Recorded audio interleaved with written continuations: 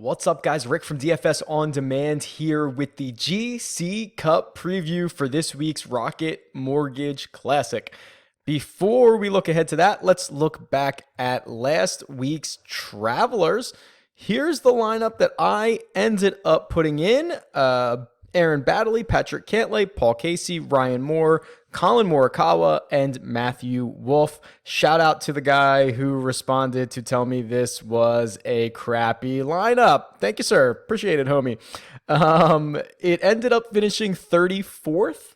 So we did get, I believe, 21 Gups Corner points for this. What do I like? What do I not like? This is a much more, remember a couple weeks ago, I had a very non-Rick-esque lineup in terms of ownership where just everyone was super highly owned. This was much more what I would be going for in an ideal situation. So we had some really chalky guys like Paul Casey, for example, 36%. Then we had a handful of guys like Ryan Moore checked in at 20%. Then Cantlay was 11. So basically right there, I've got a 35, I've got a 20, I've got a 10, and then I've got a 12, and I've got an 18. That is a pretty good distribution of my first five guys.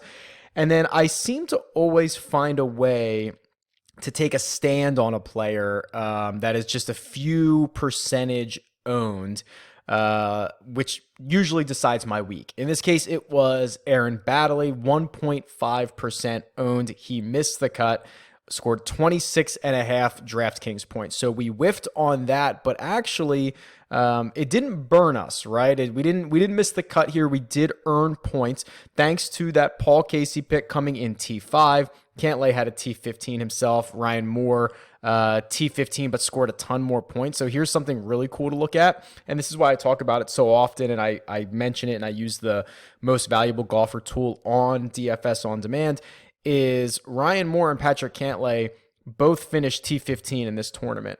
But Ryan Moore outscored Cantlay by 12.5 DraftKings points. It's a massive number. And it's because Ryan Moore had 19 birdies to go along with his 13 bogeys. And I think he made an eagle. He did. And Cantlay was a little bit more solid, made a bunch, a couple more pars, a few less bogeys, and didn't make an eagle. So the under par scoring, so critical for Ryan Moore. He also notched a bogey-free round. He had 2 birdie streaks. That stuff all adds up and goes a long way on DraftKings. So keep that in mind. Overall, pretty happy with this lineup. The fact that we didn't have Ches, didn't have the winner, but this is the type of lineup that I would want to be creating in this contest over and over again. So where do we stand?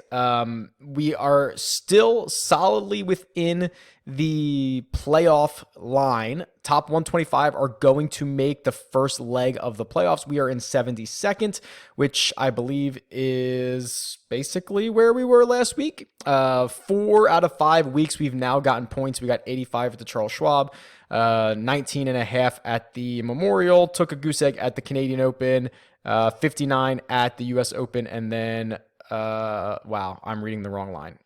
7.9 at the US Open, and then 21 at the Travelers. So that would be like 4 out of 5 weeks we've made the cut, which is pretty good. We're still looking for that super high finish that kind of vaults us up into, like, my goal is to try to get up into the top 30 before the playoffs start, try to solidify my spot up there a little bit more, because right now when we get to the playoffs, I'd be in risk of dropping out in the first rounds, quite honestly, and having to. We were right on the line to make the cut for the second leg of the playoffs. So, what are we going to go with this week? Found it a little bit difficult to make lineups this week. These are all players that I've discussed pretty thoroughly throughout the week, whether it's with Pat Mayo, whether it's with my DFS video, my one and done video. There's a betting video for this week. So there is just a ton of content of me talking about these guys. I started with Andrew Landry, and I think if you've watched anything, a lot of you realize why that is. He's $6,800 in a field that I thought you were going to have to go down and play some of these guys pretty low, maybe under $7,000. Played well, tee to green in 2 rounds last week. If he can put it all together, I think he can at least, make the cut, which for $6,800 is, probably not asking much more than that. Same with Sepp Straka, who tee to green in 2 rounds was better than a lot of the field when they played 4 last week, even though he missed the cut. So those are my 2 really deep dives here. And then that allowed me to go out and capture DJ. So my first guy in was Landry.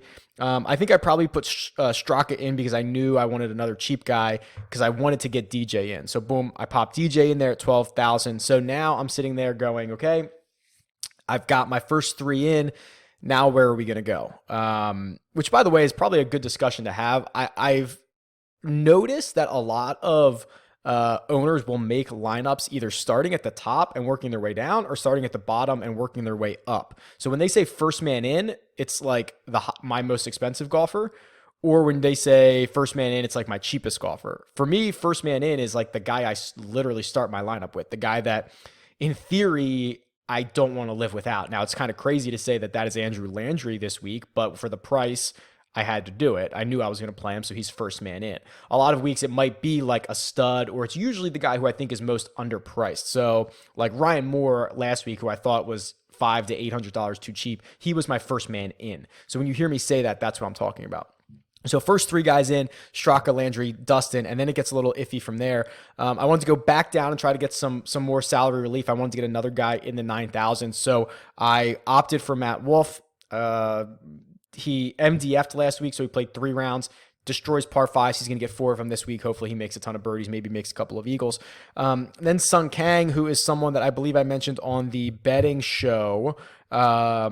Just a handful of starts removed from his win.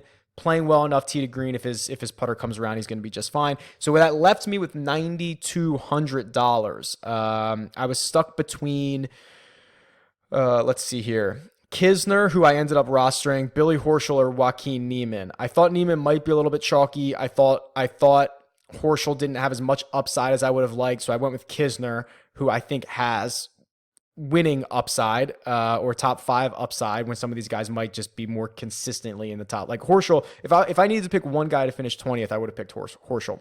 But for $9,000, I didn't want that from him. I wanted someone who had a little bit more upside. I did have another pack of players, so I didn't settle on my last 2 in were Kang and Kisner.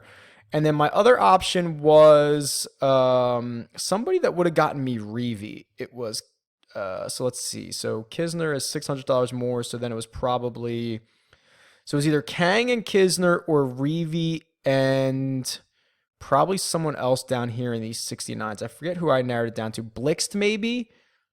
I liked Blixt a little bit. Maybe it was Troy Merritt.